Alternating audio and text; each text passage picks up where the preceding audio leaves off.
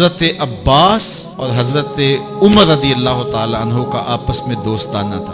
انہوں نے ایک دن بیٹھے بیٹھے عہد کیا کہ ہم میں سے جو شخص پہلے فوت ہو گیا وہ دوسرے کو خواب میں ملے اور قبر کے حالات بتائے. اچانک حضرت عمر کا وصال پہلے ہو گیا. سال کے بعد حضرت عمر خواب میں ملے. اس نے کہا عباس مجھے وعدہ تو یاد تھا لیکن سخت حساب آن پڑا تھا تو میں تو اس کے اندر لگا رہا. تو اب کیا ہوا؟ کہا پھر اللہ نے کہا چلو اس کو یوں ہی معاف کر دو.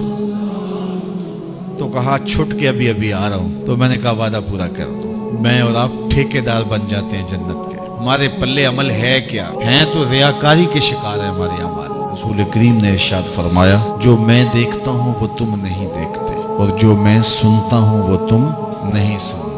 آگے فرمایا کہ اللہ کی قسم جو میں جانتا ہوں وہ اگر تم جان لیتے تو تم بہت کم ہنستے بہت زیادہ روتے. تم جنگلوں میں دوڑ جاتے اور تم اللہ تعالیٰ کی پناہ میں آنا چاہتے یا اللہ ہمیں بچا لے. جنگلوں میں بھاگتے پھرتے آنکھوں میں آنسوؤں کی لڑیاں ہوتی چیختے ہوتے روتے ہوتے اگر جو میں جانتا ہوں اگر تم جان لیتے. قال ابو ذر حضرت ابو ذر اس حدیث کو روایت کرنے کے بعد فرمایا کاش کہ میں درخت ہوتا اور کاٹ دیا گیا ہوتا. میں درخت ہوتا جانور کھا گئے ہوتے. اللہ اکبر. حضرت عمر رضی اللہ تعالیٰ عنہ ایک کچی اینٹ اٹھاتے ہیں پھر نیچے رکھ دیتے ہیں پھر اٹھاتے ہیں پھر رکھ دیتے ہیں اور پھر کہتے ہیں کاش کہ میں یہ اینٹ ہوتا. حضرت سیدنا صدیق اکبر رضی اللہ تعالیٰ عنہ درخت کے نیچے بیٹھے تھے. ایک چڑیا ایک شاخ سے اڑ کے دوسری شاخ پہ جاتی وہاں سے اڑ کے پھر دوسری شاخ پہ آتی. حضرت صدیق اکبر رو پڑے. کہا چڑیا کتنی موج میں ہے جس شاخ پہ چاہے بیٹھتی ہے اور قیامت کے دن تیرا حساب بھی نہیں ہوگا.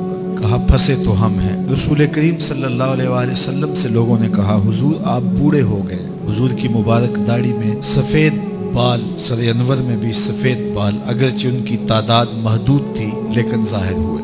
کہا سورہ ہود اور اس کی مماثل صورتوں نے مجھے بوڑھا کر دیا کیونکہ ان صورتوں میں اللہ کے عذابوں کا ذکر ہے آخرت کا ذکر ہے. یہ وہ بابرکت وجود ہیں وہ بابرکت ذات ہیں جن کے دامن پہ گناہ کا ایک دھبا بھی نہیں ہے. اور میں اور آپ اپنے آپ کو دیکھیں تو ہم کہاں کھڑے ہیں. حضور نے حضرت عائشہ سے کہا زوجہ ہے رسول کریم صلی اللہ علیہ وآلہ وسلم کی محبوبہ محبوب کائنات لیکن ان سے بھی میرے حضور نے کہا عائشہ گناہوں کو کبھی چھوٹا نہ سمجھنا گناہوں کو حقیر نہ سمجھنا کہ یہ چھوٹے ہیں کوئی بات نہیں اس سے کیا ہوگا. اس دن حساب ہوگا اس دن پوچھا جائے گا. تو اپنی زندگی کو مرتب اور منظم کر کے رکھو.